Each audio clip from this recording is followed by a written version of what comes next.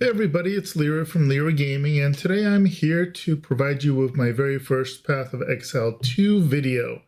And more specifically, I want to give you guys a beginner guide to the Mercenary class. Now, right off the bat, let me say who this video is for and who it is not for. It is not for the hardcore Path of Exile 1 player who's put thousands of hours into it, knows it inside and out, and looks at that massive passive tree and says, ha ha ha, come at me, bro. This video is particularly for individuals that may be brand new to Path of Exile 2 and or Path of Exile 1. Maybe you heard all the hype about this game and so you thought, hey, I'll give it a shot. Or you're maybe somebody more like me. I'm a big fan of action RPGs. I've loved all the Diablos for the most part. I've also liked other similar action RPGs. But I did try Path of Exile 1 at numerous times, but I just didn't like the fact that you needed pretty much an accounting degree to be able to figure things out, and you had to pretty much download a software just to manage the guides for the builds, and you spent more time looking at external sources for trading and other elements rather than playing a game. So if you're one of those people that maybe was either turned off by Path of Exile 1 or again are new, then this is the video for you. Now, speaking of the Mercenary, why am I here to talk about the Mercenary? Well, it's because after playing Act 1 of the majority of the characters, I have found that the Mercenary is by far, in my opinion, the most user-friendly and beginner-friendly in a lot of ways class once you figure out a couple quirks about it. And as others have said, Path of Exile 2 is quite hard. There are no ways of changing the difficulty to make it easier, not like Diablo 4. It's much slower, much more methodical. Some people call it kind of Souls-like. I don't know if I take it quite to that extreme because those games make me want to smash my head against the wall. But this can be quite challenging. It can be grinding. The loot mechanics are a little unwieldy at first. And there's just so much stuff to take track of. So in this video, I'm going to go ahead and show you how to play a Mercenary as a beginner without needing any crazy guides. It's going to be very simple and straightforward. It should be perfect for somebody just starting out. And if you follow these tactics, then I think you're going to do quite well in this game. So if that all sounds like something that is up your alley, well then stick around and hopefully drop a like if you do end up finding this video helpful. All right, with that guys, let's go ahead and jump in and let's take a look at the basics of the Mercenary.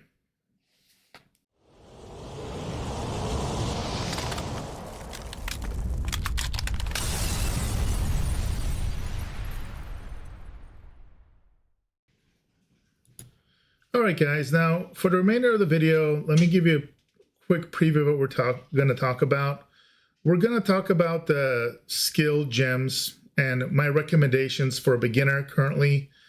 Now, after that, we're going to talk a little bit about the passive skill tree, and we're also going to be talking about a little bit about crafting as well. All the basics that you need to get started. Everything you're going to hear about here, you will get access to in Act 1. So our early game, and it's going to let you go throughout the remainder of the game and build from here. So hopefully you do find it helpful. So let's go ahead and start at the very beginning and talk about skill gems. Now I want to point out, it's very important, this game is all about active skill gems that you're going to kind of self-craft from getting these uncut skill gems, generally speaking. And then you're going to be getting support gems that will buff those primary ones in a variety of ways. You start being able to get 2 and eventually get more, but let's not get too complicated for now. When you do get your first gem, it will be level 1. This is level 5. I'm just going to use this as an example.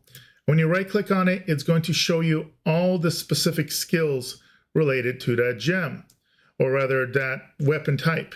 And so each weapon type has different type of gems. This is the crossbow that you're going to be using right now. and there's different tiers. Now, the recommended abilities that I'm going to talk right now, you're going to be able to get really early because they're all going to be level 1 and 3 gems with one exception. And we'll talk about that in just a little bit. But the first thing to note here is that this game is all about synergies. So different skills will have different kind of factors about them that will combo with other skills. Here's a really good example.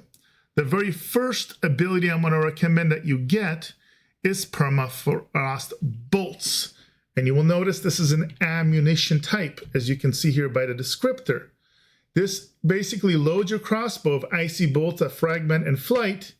They're going to basically chill and then freeze enemies. And once they're frozen, you're going to be able to combo with different type of ammunition. And that's going to be the second skill I recommend you pick up. And that is fragmented rounds. Basically, when you load this ammo, it's going to go ahead, when you shoot it, it also kind of fragments. But very specifically, you'll notice with this ammo, if it hits a frozen enemy, it's going to consume that freeze and cause an explosion of shrapnel. Also, similarly, when you hit an ice crystal. Now, this cannot be understated just how, or overstated, how powerful this is. You may have seen it in the footage at the beginning of the video in the background, but this combination is deadly. So the way you're going to play at the very beginning is very simple. And let me kind of just show you. You're going to go ahead and start with the frozen armor or ammo. And then right after that, you're going to shoot enemies until they freeze. As soon as at least one freezes, you're going to go ahead and swap over to the fragmented ammo and shoot it. So here I am. I'm going to give an example. I have it loaded. I have it set to Q for easy access. And then we go and find some enemies. I'm sticking to Act 1 to minimize kind of, I guess, spoilers for the...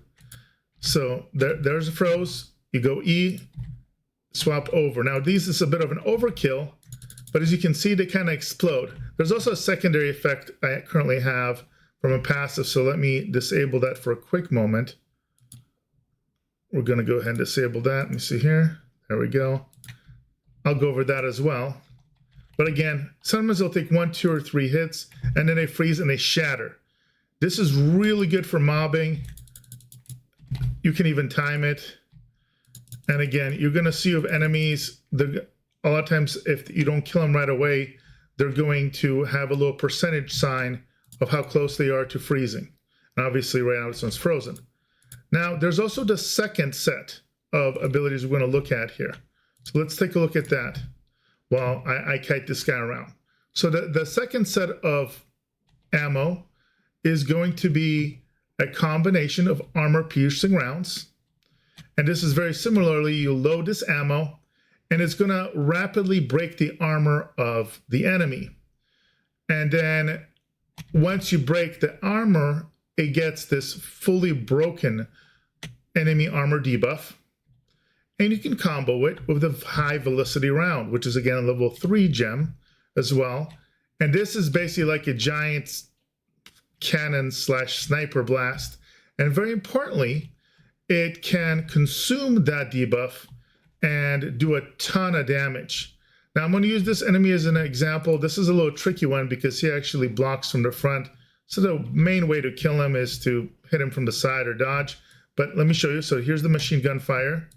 And see that number goes up there. It's almost 300. And now it's broken. Now I swap over to the other shot. And it hits. Now he blocked it in that case, but the buff goes away. But if he didn't have the shield or shot him from shot, it would have just like one-shot him. But the idea is just an example. You run around against tough single targets. And then once the debuff goes up, you swap over to the other blast and slam it like that.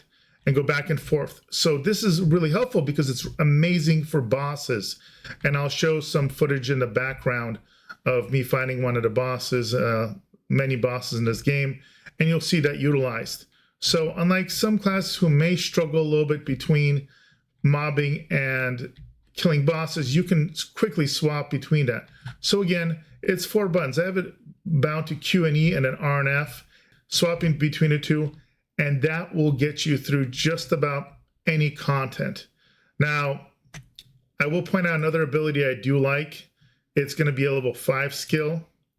And this one's pretty neat if you ever get swarmed. So sometimes you get these tiny little like mosquito-like creatures that they just get surrounded, or you're going to be kind of in an arena fight where you're in a small circle, and if you get mobbed, the shotgun blast, you can get kind of interrupted very easily. So I like this galvanizing shard. So this is a kind of a chain lightning ammo as well. So I like to add that one. And then basically when you use this one, it kind of blasts like this, and it will chain off enemies onto other enemies. And it's really good for killing clusters of small enemies. So that's the only, it doesn't do nearly as much damage kind of per shot. So for kind of bigger enemies that are easier to hit, the other two combinations, either single targets for elites or for bigger, easier to hit targets, you can do the frost shots. That's going to be kind of like my optimal recommendation. Now, let's talk about support gems for these as well, if you're curious what I recommend. So for the glacial shot, the permafrost bolt rather, I recommend cold fusion to just do more frost damage. And I also like pierce right off the bat, because again, if you can go ahead and pierce through enemies, you can freeze multiple enemies and cause these bigger AoE blasts. For the armor, the fragmented rounds, I like getting brutality. So it's going to boost your physical damage, which is again great because this is a pure physical damage attack. And then I also like leverage. So 50% increased critical hit chance against immobilized enemies. And again, frozen is immobilized. So you can get some really nice big beefy shots against them. Now for the single target setup with the armor piercing round, so far at lower levels, the basic one I like is Ruthless. So every 5th use of supporting attacks causes a 500% more stun buildup. This is really good for not only breaking the armor, but then stunning the enemies. And then what's really nice about that, once they're stunned, then you can line up your high velocity round. I haven't really found below level 20 a gem that I like for this quite yet, but this is going to be a nice little setup for the combo. Now, to finish up the combination here, you may have noticed towards earlier in the video, I did have an extra buff going, and that is this Herald of the Ash.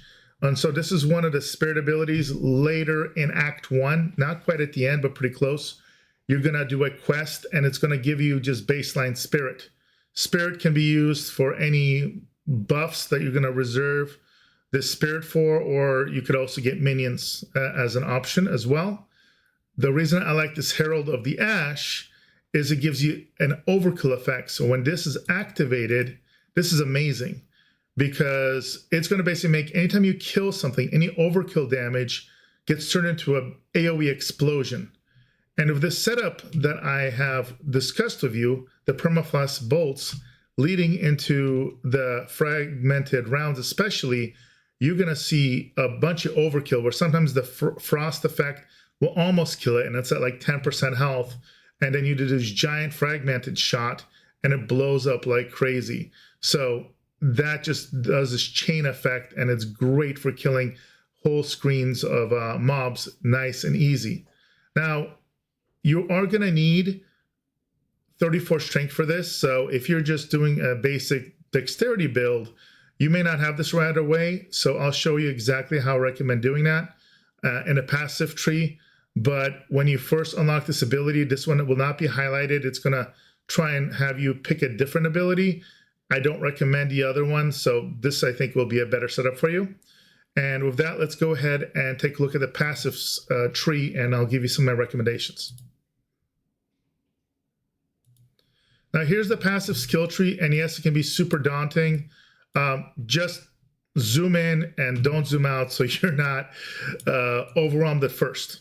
So what's nice is because it will start you in kind of the sector that's going to be related to everything you need. So going down south here and southeast is likely the direction you're going to be going. So as a beginner, I do recommend that offense is your best defense right at the beginning. So I recommend going down this route here to get just projectile damage. But then when you get to this one right here, this is great projectile damage, stun buildup, some strength and dexterity. You're going to need both. And then I like cutting across here to buff your defenses and stun thresholds so you can be more tanky, reduces the crit damage you take. And then go down here. This is all about increasing ailments. And so this is going to be very helpful. Do note you can hit Alt at any time to read the descriptors. So notice this ailments, they consider chilling and freezing an ailment. You'd think it'd be like bleeding and ignite, but no, it's also chill and freeze, shock, all that. So this will make it so you can chill and freeze enemies more easily. Very important for that combination we're talking about. Also, this lets you break armor more easily. Then go down here, and this is a great place to go down. You just get huge buffs for two-handed weapons. And since crossbows are two-handed weapons, this is big. And this is where you're going to get plus 10 to strength, which will help you naturally get that 34 strength minimum for that spirit ability I mentioned. And then you go all the way down here, just make it so you get a nice big boomstick with your epic, with your two-handed crossbow. Now, I do recommend coming back up here to get some health regen. You are going to be strength and dex based, and later on, when you specialize, you may actually pump quite a bit of strength. Do note that in this game, strength doesn't buff directly, generally speaking, like melee attacks, and dex isn't ranged. As noted here, its dex is for accuracy. Strength, a lot of it is life. Intelligence is mana. They have those effects. And they act as prerequisites for gems and gear, etc. But note, there's nothing against like a mercenary who shoots range guns against having high strength. It's just going to give you a lot of health, for example.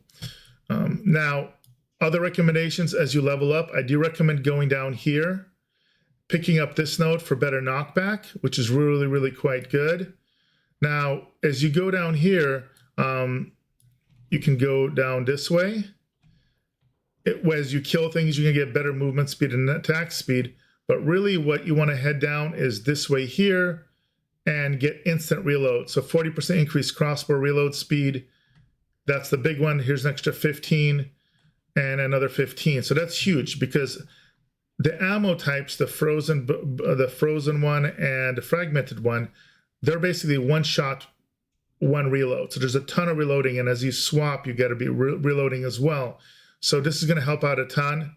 You can go back down over here, and this set of nodes is amazing too. It looks kind of like an arrow or projectile, which basically is, but you can increase chance of inflicting ailments with projectiles, better chance of chaining. So these are all very, very useful. And from there, you can either go further down southeast and specialize even more in doing damage of crossbows, which is definitely not a bad thing. And all these effects for crossbows and their ammo, this is a great place to go. And from there, once you get to that point, you're going to be able to kind of experiment, depend, and then ask yourself, how else do you want to build? So this, though, will get you started nice and well, definitely get you out of the first 3 acts and probably into the second part of the redo of Act 1, 2, and 3 on cruelty. So I hope that helps you guys out. Now let's finally talk about crafting some. So let me go back to town for a second and I'll explain something about this game, because you will notice right off the bat that this game does not drop a lot of loot. It can be kind of frustrating, especially if coming from Diablo 4, you'd be like, where is all the damn loot? Well, the reality is you're going to have a combination of crafting and buying loot in this game. Now, the most important thing I will say is you're going to want to build out your main weapon as effectively as you can. And I'm going to give you a couple of tips that I learned the hard way. So every time you level up, you can go to, the NPC moved in my case because I'm after Act 1, to Renly, for example, and he will, if you're a mercenary, be selling you different crossbows. Every time you level, this will change. Now, the main things that you're looking for is if ones come with 1 or more gem socket, that is worth a ton, and or if you see quality plus, because if those are inherent, you're going to be able to take those and build up quite a bit better weapons. Really, at low levels, if you can find a double socket, that's the most important thing. You can add gems to any weapon, but it is kind of early on a rare resource. I'll go over that right now.